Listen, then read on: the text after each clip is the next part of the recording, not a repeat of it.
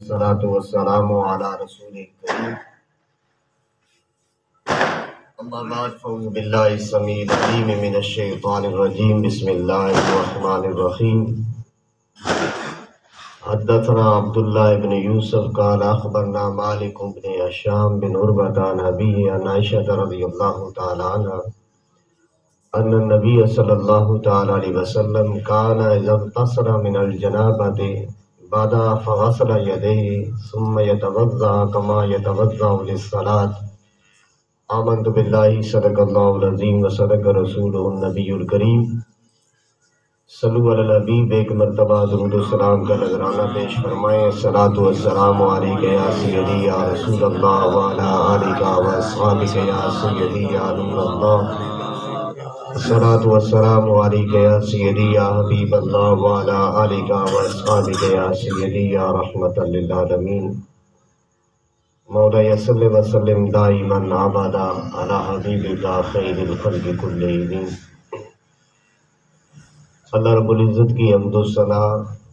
حضور نبی رحمت جان کائنات صلی اللہ تعالی علیہ وسلم کی نگاہ رحمت و شفقت و محبت سے آج ہم پھر اللہ کریم کے اس بابرکت گھر میں درس بخاری کی اس خوبصورت اور بابرکت محفل پاک میں حاضر ہیں۔ اللہ کریم میری اور آپ کی اس حاضری کو قبول فرماؤ اور ہمیں حضور نبی رحمت صلی اللہ تعالی علیہ وسلم کی سنتوں اور آپ کے طریقوں پہ عمل کرنے کی توفیق عطا فرمائے۔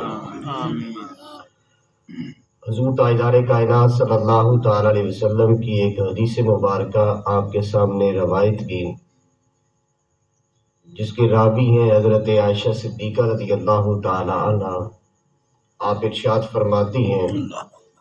حضور نبی رحمت صلی اللہ تعالی علیہ وسلم نے جب غسل جنابت فرماتے تو پہلے اپنے ہاتھوں کو دھوتے، پھر اس طرح وضو کرتے جس طرح نماز کے لیے وضو کیا جاتا ہے، اور پھر اپنی انگلیاں پانی میں داخل کرتے اور اپنے بالوں کی جڑوں کا خلال کرتے، اور پھر اپنے ہاتھوں سے 3 چلو پانی لے کر اپنے سر پر ڈالتے اور اپنے تمام جسم کو پانی بہاتے۔ یہ حضرت عائشہ صدیقہ رضی اللہ تعالی عنہ نے حضور نبی رحمت صلی اللہ تعالی علیہ وسلم کے غسل جنابت، یعنی جب انسان پہ غسل فرض ہو جائے تو اس کا ایک طریقہ وہ امت کے سامنے بیان فرمایا۔ سامعین ذی قدر، پہلی بات ذہن نشین رکھ لیں کہ ہمارے اوپر کرم ہے حضور نبی رحمت صلی اللہ تعالی علیہ وسلم کا کہ اللہ نے پانی کو ہمارے لیے پاک کرنے والا بنا دیا، ورنہ باقی امتوں کے اعمال پڑھ لیں تو بعد بنی اسرائیل کی امتیں ایسی تھیں کہ انسان ناپاک ہو جاتا تو ان کے جسموں کو داغا جاتا تھا، اور وہ امتیں ایسی تھیں کہ ذرا سی بھی نافرمانی ہوتی، یعنی کوئی چوری کرتا، زنا کرتا، بدکاری کرتا تو اس کے ماتھے پہ لکھ دیا جاتا کہ اس نے یہ جرم کیا ہے، اس کے دروازے پہ لکھ دیا جاتا کہ اس نے یہ خطا کی ہے۔ لیکن باری آئی میرے اور آپ کے کریم آقا کائنات صلی اللہ تعالی علیہ وسلم کی، اللہ نے اس امت کے درمیان اور اپنے درمیان ایک وسیلہ اور آسرا حضور کی ذات کو بنا کر اس امت کے عیبوں پہ پردے ڈال دیے حضور کے صدقے۔ انسان جتنی خطائیں کر لے، جتنے مرضی برائیاں کر لے، انسان کے بھائی کو بھی نہیں پتا ہوگا، دوست کو بھی نہیں پتا ہوگا، بیٹا کیا کرتا ہے باپ کو نہیں پتا ہوگا، ایک دوست کیا کرتا ہے دوسرے دوست کو نہیں پتا ہوگا۔ رب نے انسان کے عیب پہ پردے ڈال کے فرمایا تو میرے محبوب کا غلام ہے،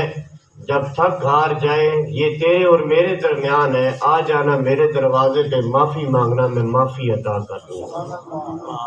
اور پھر پانی پاک کرنے والا بنایا کہ جب بھی انسان ناپاک ہو جائے، کپڑے ناپاک ہو جائیں، اس پانی سے اپنے وجود کو پاک کر سکتا ہے۔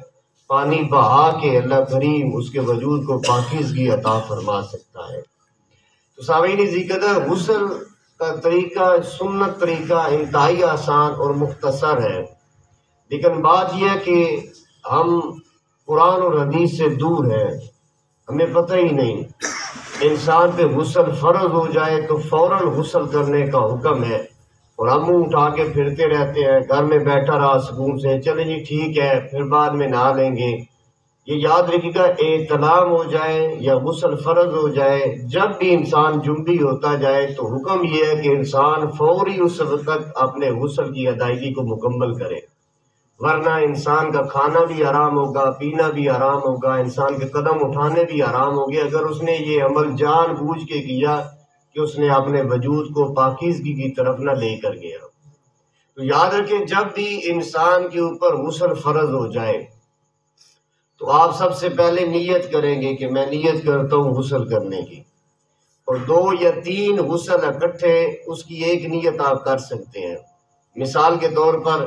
جمعے کا دن ہے، آپ صبح سوئے، آپ کو احتلام ہو گیا، آپ پہ غسل فرض ہے، آپ نے جمعے کے لیے بھی غسل کرنا تھا، آپ دونوں کی ایک نیت کر سکتے ہیں، یعنی نیت کر سکتے ہیں کہ جمعے کا غسل بھی اور پاکی کا غسل بھی میں دونوں کر رہا ہوں۔ غسل ایک کریں گے، اللہ دونوں کا اجر آپ کو عطا فرما دے گا۔ تو کئی غسل اگر اکٹھے آ جائیں تو اس صورت میں مثال کے طور پہ عیدین ہے، عید جمعے والے دن آ گئی، آپ صبح غسل کریں، نیت کر لیں کہ یہ غسل میرا عید کا بھی ہے اور جمعے کا بھی ہے، تو دونوں کا اللہ آپ کو اجر اور ثواب عطا فرما دے گا۔ نیت کرنی ہے پہلے کہ میں غسل کرتا ہوں پاکی حاصل کرنے کے لیے، پھر آپ جب واش روم میں جائیں تو سب سے پہلے اپنے دونوں ہاتھوں کو اچھی طریقے سے آپ نے دھونا ہے، دھونے کے بعد پھر آپ نے اپنی شرمگاہ کو دھونا ہے، اور بہتر تو یہ ہے کہ انسان اپنے نیچے والے دھڑ کو دھو لے، یعنی کہیں پہ نجاست لگی ہے، گندگی لگی ہے تو نیچے والا دھڑ اچھے طریقے سے انسان دھو لے۔ دھونے کے بعد پھر ایسے وضو کریں جیسے آپ وضو کے جو ہے دوسرا کرتے ہیں نماز کے لیے، وضو کرنے کے بعد پاؤں نہ دھوئیں، یہ حضور کی سنت ہے کہ غسل کے دوران حضور نے پاؤں نہیں دھوئے، باقی وضو کیا، اور اس کے بعد میرے قریب آقا کائنات نے پہلے دائیں کندھے پہ پانی بہایا، پھر بائیں کندھے پہ پانی بہایا، پھر حضور نے اپنے سر انور سے پورے وجود پہ پانی بہایا، اور یوں یہ پانی بہانا 3 مرتبہ، یہ سنت مصطفیٰ ہے۔ اس کے بعد آخر میں آپ اپنے پاؤں کو دھو لیں، آپ کا غسل مکمل ہو جائے گا۔ یہ ہے غسل کا طریقہ۔ غسل میں 3 چیزیں فرائض میں شامل ہیں۔ پہلے ہے کلی کرنا، اور یہ کلی یہ نہیں ہے کہ بس منہ میں پانی ڈالا پھک کر دیا، یہ کلی نہیں۔ کلی کا مطلب یہ ہے کہ آپ اچھے طریقے سے اپنے منہ کا خلال کریں، انگلی ڈالیں ادھر ادھر، جو منہ کا پورا حصہ ہے، داڑھیں ہیں اوپر نیچے، حلق کی جڑ تک پانی جانا چاہیے، اور ایک بھی منہ کا پرزہ وہ خالی نہیں رہنا چاہیے۔ دانتوں کے اگر اندر کوئی چیز جمی ہوئی ہے، پھنس گئی ہے، یعنی لوگ پان کھاتے ہیں، چھالیاں کھاتے ہیں، کوئی چیز اڑ جائیں تو اس کو نکالنا وہ انسان کے لیے ضروری ہوتا ہے۔ ہاں اگر کسی نے دانت لگوائے ہیں، آج کل جیسے دانت نہیں ہوتے انسان لگوا لیتا ہے، مسالے کے بنے ہیں، وہ تار کے ساتھ جڑے ہیں، تو پھر ان کو یہ ضروری نہیں کہ آپ انہیں ہلاتے رہیں، چھیڑتے رہیں، وہ ان تک پانی جتنا پہنچ جائے گا وہ آپ کو معافی ہے۔ تو اچھے طریقے سے حلق کی جڑ تک پانی پہنچانا یہ انسان کے لیے ضروری ہے، اور اگر روزہ نہ ہو تو روزے کے نہ ہو تو پھر اس صورت میں غرغرہ کرنا چاہیے، جس کو آپ کہتے ہیں اچھے طریقے سے پانی ڈال کے غرارہ کر لیں، یعنی غرغرہ کرنا چاہیے تاکہ پانی پورے منہ میں اندر وہ ساری جگہوں پہ پھیل جائے، اور پورے منہ کا کوئی ایک پرزہ ایک جگہ بھی وہ جو ہے بغیر پانی کے نہ رہے۔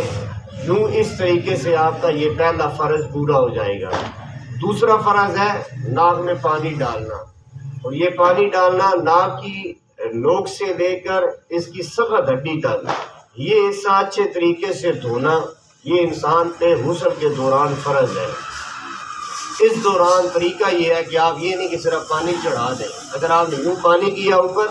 آپ کا کوئی ایک بال خشک رہا یا اندر گرد جمی ہوئی ہے تو اس گرد کی وجہ سے آپ کے بال خشک رہے تو آپ کا غسل ہی نہیں ہوگا۔ اس کا طریقہ یہ ہے کہ آپ انگلی ڈالیں اپنی ناک کے سوراخ میں، آپ اگر گندگی ہے اندر مٹی ہے اس کو ہٹائیں، اس کو ناک کو اچھے طریقے سے صاف کریں تاکہ پانی ایک ایک بال تک پہنچ جائے، اور یہ جو ناک کا حصہ ہے سخت ہڈی ہے وہاں تک پانی پہنچانا یہ اس صورت میں فرض ہوگا۔ یہ غسل کا دوسرا فرض ہے۔ پہلا ہے کلی کرنا اچھی طرح، دوسرا ہے ناک میں پانی چڑھانا، اور تیسرا ہے اپنے پورے وجود پہ پانی بہانا۔ یہ فرض ہے، یعنی آپ نے وضو کر لیا، آپ نے غسل کرنے کے لیے اپنی نجاست کو دھو لیا، تو پھر پورے وجود پہ پانی ڈالنا کہ جسم کا ایک بال بھی خشک نہ رہے، تو یہ فرض عین ہے۔ اب غسل کرتے ہوئے ایک بات ذہن نشین رکھ لیں، انسان یوں کھڑا ہے، اوپر سے فوارہ چل رہا ہے، تو یہ جو گردن ہے اس پہ پانی نہیں جائے گا۔ حکم یہ ہے کہ آپ گردن اوپر کریں اور اچھے طریقے سے ملیں تاکہ پانی پہنچ جائے۔ آپ کی بغلیں ہیں، جب تک آپ ہٹا کے نیچے نہیں پانی جانے دیں گے تب تک یہ بغلوں کا حصہ خشک رہے گا۔ یوں آپ نے جلدی جلدی غسل کیا کہ بغلوں کا حصہ وہ چھپا رہا، پانی نہ گیا، یا آپ بیٹھے تھے تو آپ کی ٹانگیں کھول تھی تو نیچے یہاں پہ پانی نہیں گیا، پیٹ بڑا ہوا ہو تو پیٹ میں سلوٹ پڑ جاتی ہے، پانی اوپر سے گزر جاتا ہے، درمیان میں وہ جو سلوٹ آتی ہے اس جگہ پہ پانی نہیں پہنچ سکتا۔ اس صورت میں آپ نے اگر جلدی جلدی کام کیا، غسل کیا کہ کوئی بھی حصہ وہ پانی اس کے اوپر نہ جا سکا، تو اس صورت میں آپ کا غسل نہیں ہوگا۔ غسل کے لیے ضروری ہے کہ جو ایسے اعضاء ہوں انہیں اچھے طریقے سے دھویا جائے، ہاتھوں کو بلند کیا جائے، بغلوں کو اچھے طریقے سے دھویا جائے، پیٹ کو سیدھا ہو کے اس پہ پانی بہایا جائے، ٹانگیں سیدھی کر کے اس پہ پانی بہایا جائے، جو بھی چھپے ہوئے حصے ہیں ان کے اوپر اچھے طریقے سے پانی بہایا جائے تاکہ جو تیسرا فرض ہے وہ بھی انسان کا اچھے طریقے سے مکمل ہو سکے۔ اور دوسری بات یہ ذہن نشین رکھیں کہ جو انسان کے اوپر غسل فرض ہوتا ہے اس کے 5 اسباب ہوتے ہیں۔ پہلا سبب یہ ہے کہ شہوت انسان کو آئی اور شہوت کے ساتھ ہی منی کا قطرہ نکل آیا تو فوراً آپ پہ غسل فرض ہو جائے گا۔ اور یہ میں بات کہہ دوں، اس میں شرم والی بات نہیں ہے، آج کل حالات ہی ایسے ہیں، موبائلوں پہ لوگ بیٹھ جاتے ہیں، گن دیکھ رہے ہیں، اور بعض اوقات موبائلوں پہ فلمیں ڈرامے ایسی چلتی ہیں، خواتین نے آدھا لباس پہنا ہوتا ہے، تو یہ شہوت یہ انسان کا ایک حصہ ہے، ایک روٹین ہے۔ اگر انسان کو شہوت آ گئی اور شہوت کی صورت میں اس کے پانی کا ایک قطرہ بھی شرمگاہ سے نکل آیا تو اس صورت پہ اس پہ غسل جو ہے وہ فرض ہو جائے گا۔ دوسری جو ہے وہ اسباب اس کا یہ ہے کہ انسان اپنی زوجہ کے پاس گیا، ظاہر ہے زوجہ کے پاس آپ جائیں، آپ نے ہم بستری کی، اس میں چاہے آپ کا انزال ہو نہ ہو، پانی نکلے نہ نکلے قطرات، آپ پہ غسل فرض ہو جائے گا۔ تیسرا، آپ پہ احتلام ہوا، آپ سوئے ہیں، سونے کے بعد آپ کو احتلام بھی یاد ہے اور آپ کی سلوار کے اوپر نشان بھی ہیں، تو اس صورت میں آپ کے اوپر غسل فرض ہو جائے گا۔ باقی 2 اسباب خواتین کے ہیں، ایک ہے حیض، جو ہر مہینے خواتین کو ایک خون آتا ہے جو اللہ تبارک و تعالیٰ کی طرف سے ایک انہیں بیماری، یعنی آپ بیماری کہنے کے 7 دن ناپاکی کے عالم میں انہوں نے گزارنے ہوتے ہیں، تو اس دوران جب یہ ایام پورے ہوں گے تو غسل فرض ہوگا ان کے اوپر کہ جب وہ ایام ختم ہوتے جائیں فوراً غسل کریں، پاکی کریں اور اللہ کی بارگاہ میں کھڑی ہو جائیں۔ دوسرا ہے نفاس، یعنی کہ بچے کی پیدائش کے بعد جو خون جاری ہوتا ہے اس کی لمٹ ہوتی ہے 40 دن، کم سے کم ہوتی ہے 1 منٹ، اور یہ مسئلہ آپ ذہن نشین رکھ لیں، ہماری ماؤں بہن اور بیٹیوں کو یہ مسئلہ نہیں پتہ ہوتا، اور اس کی وجہ یہ ہے دین سے دوری۔ ہمارے ہاں بچہ پیدا ہو تو ہماری خواتین 40 دن سر باندھ کے پڑی رہتی ہیں، اور یہ بے شک آپ آزما لیں، اکثر یہ ہوتا ہے خواتین 40 دن ناپاک رہتی ہیں، 40 دن سر باندھ کے پڑی رہیں گی کہ میرے 40 دن پوری ہو لے، پھر 40 دن کے بعد کہیں گی ہم نے آج وہ چلا جناب کا مکمل ہو گیا جی، آج 40واں پڑھنا ہے جی، پھر میں پاکی لوں گی، پھر میں نماز پڑھوں گی۔ ذہن نشین رکھ لیں، نفاس کا خون 1 منٹ کے بعد بھی رک سکتا ہے، 1 دن کے بعد بھی رک سکتا ہے، 3 دن کے بعد بھی رک سکتا ہے، اس کی زیادہ لمٹ 40 دن ہے، 40 دن سے اوپر چلے جائے تو پھر یہ بیماری شمار ہوگا، پھر پاکی لینا 40 دن کے بعد فرض عین ہو جائے گا۔ لیکن اس سے پہلے اگر جس دن بھی یہ خون رکتا گیا، حکم ہے کہ عورت فوری غسل کرے، غسل کرنے کے بعد اپنی نمازوں کا آغاز کر دے، اپنے قرآن پڑھنے کا آغاز کر دے۔ ہمارے ہاں یہی ہے سب سے بڑی نحوست کہ خاتون 40 دن، 7 دن، 8 دن، 10 دن کے بعد خون ختم ہو گیا، لیکن عورت وہ سر باندھ کے پڑی ہے جان بوجھ کے، نہیں 40 دن پورے کرنے۔ اب 40 دن جو ایام اس نے پاکی لینے تھے نہیں لیے، جان بوجھ کے پڑی رہی، یہ جان بوجھ کے پڑا رہنا اس کا حرام شمار ہوگا۔ اس وجہ سے نحوست گھروں کے اوپر نازل ہوتی ہے۔ اور یہ بات ذہن نشین رکھ لیں،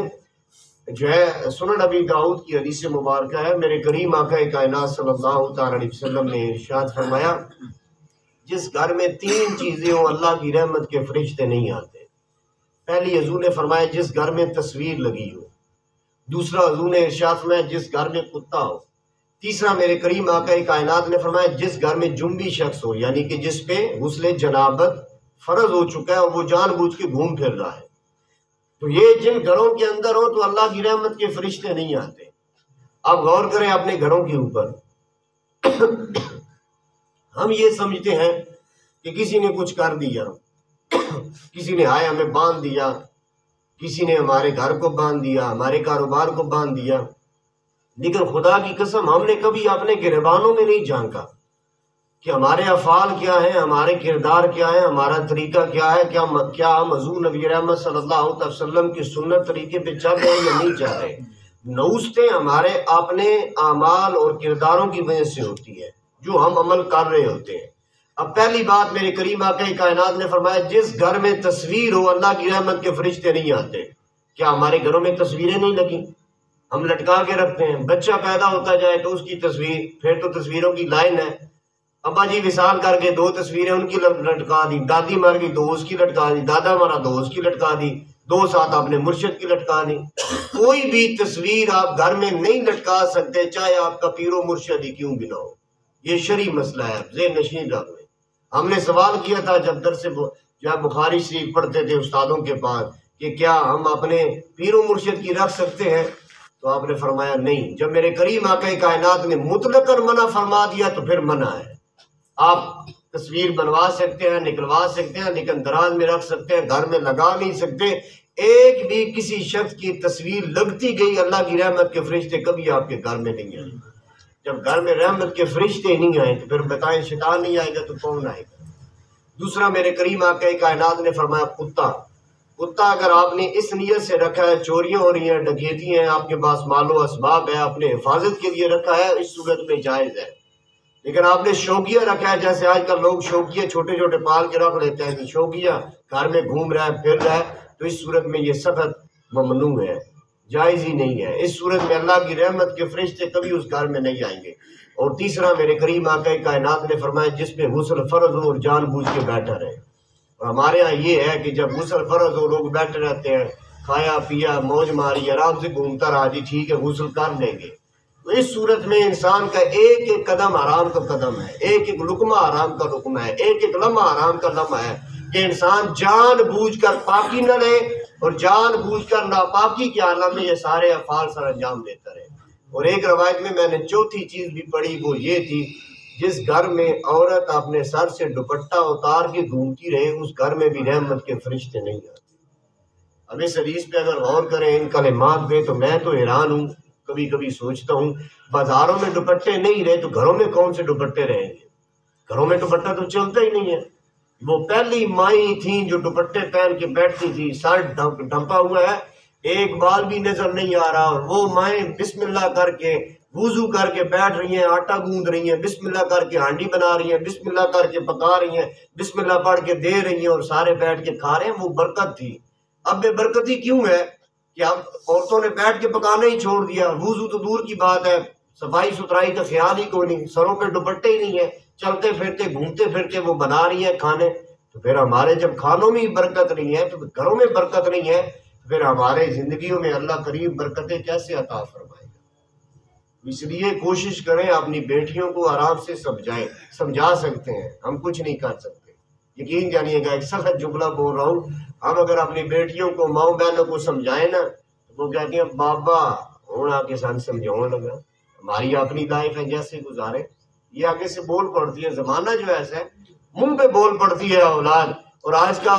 والد، آج کے والدین اپنی اولاد سے اپنی عزت کی حفاظت کرتے ہیں، نہیں کچھ کہتے، بیچارے کہنے کے قابل ہی نہیں ہے، بولتے جائیں، اولادیں آگے سے منہ پہ رکھ کے جواب دیتی ہیں، کیونکہ زمانہ وہ ہے جو میرے کریم آقا کائنات نے فرمایا فتنوں کا زمانہ ہے۔ قرب قیامت کی یہ نشانی ہے جو میرے کریم آقا کائنات نے بیان فرمائی کہ قیامت کے نزدیک میری امت پہ ایسا زمانہ آئے گا کہ انسان یعنی کہ لڑکا ایک بچہ وہ اپنے دوست کی بات مانے گا، اپنے باپ کی بات نہیں مانے گا، باپ کی منہ پہ مارے گا۔ ایک بچی اپنی سہیلی کی بات مانے گی لیکن اپنے باپ کے منہ پہ مارے گی۔ اپنی بیوی کو اپنے ماں باپ پہ ترجیح دیں گے اور اپنے ماں باپ کو گھر سے ٹھڈے دے کے نکال دیں گے۔ اور یہ آج وقت آ چکا ہے، سخت ترین زمانہ ہے جس کو فکروں کا زمانہ کہتے ہیں۔ اس میں اسی کا ایمان ہی کامل ہے، سلامت ہے، جو تنہائیوں میں خاموشی کے ساتھ اپنے رب کو راضی کرنے میں لگا ہوا ہے۔ تو سامعین ذی قدر، یہ غسل کا میں نے مختصر طریقہ آپ کو جو ہے وہ بیان کیا۔ اس میں ایک بات اور بھی ذہن نشین رکھ لیں، اگر کوئی شخص کام کر رہا ہو، وزن اٹھائے اور پھر اس کا منی کا ایک قطرہ نکل آئے تو اس صورت میں غسل فرض نہیں ہوگا، وضو ٹوٹ جائے گا، اس کو دوبارہ وضو کرنا پڑے گا، جہاں پہ نجاست لگی ہے اس سلوار کے اس حصے کو دھونا پڑے گا۔ اسی طرح دوسرا مسئلہ یہ بھی سماعت کر لیں کہ جب آپ آرام کر رہے ہو، آپ اٹھے، آپ کو احتلام ہونا یاد ہے لیکن آپ کے کپڑوں پہ نشان ہی نہیں ہے، تو اس صورت میں آپ پہ غسل فرض نہیں ہوگا۔ فرض تب ہوگا جب آپ کے کپڑوں پہ نشان لگا ہوگا۔ اور تیسرا، بعض اوقات بیماری ہوتی ہے انسان کو کہ جب بھی پاخانہ کرنے کے لیے جاتے ہیں یا چھوٹا پیشاب کرنے کے لیے تو اس کے بعد قطرات آتے رہتے ہیں، اس صورت میں بھی غسل فرض نہیں ہوگا۔ یہ ایک بیماری ہے قطرات کی، جب یہ لگ جائے تو اس صورت میں بھی انسان کے لیے پھر ضروری ہے کہ انسان کا جو وضو ہوگا وہ ٹوٹ جائے گا، اور اگر یہ سخت بیماری ہے تو پھر ایک وضو کے ساتھ آپ ایک نماز پڑھ سکتے ہیں۔ اور سب سے اہم ترین مسئلہ، اب سردیاں آ چکی ہیں، سردیوں میں انسان میں غسل کرنا ہو تو انسان پانی گرم کرتا ہے، پانی گرم کر کے مکس کرتا ہے، تو اس مسئلے کو ذہن نشین رکھ لیں۔ آپ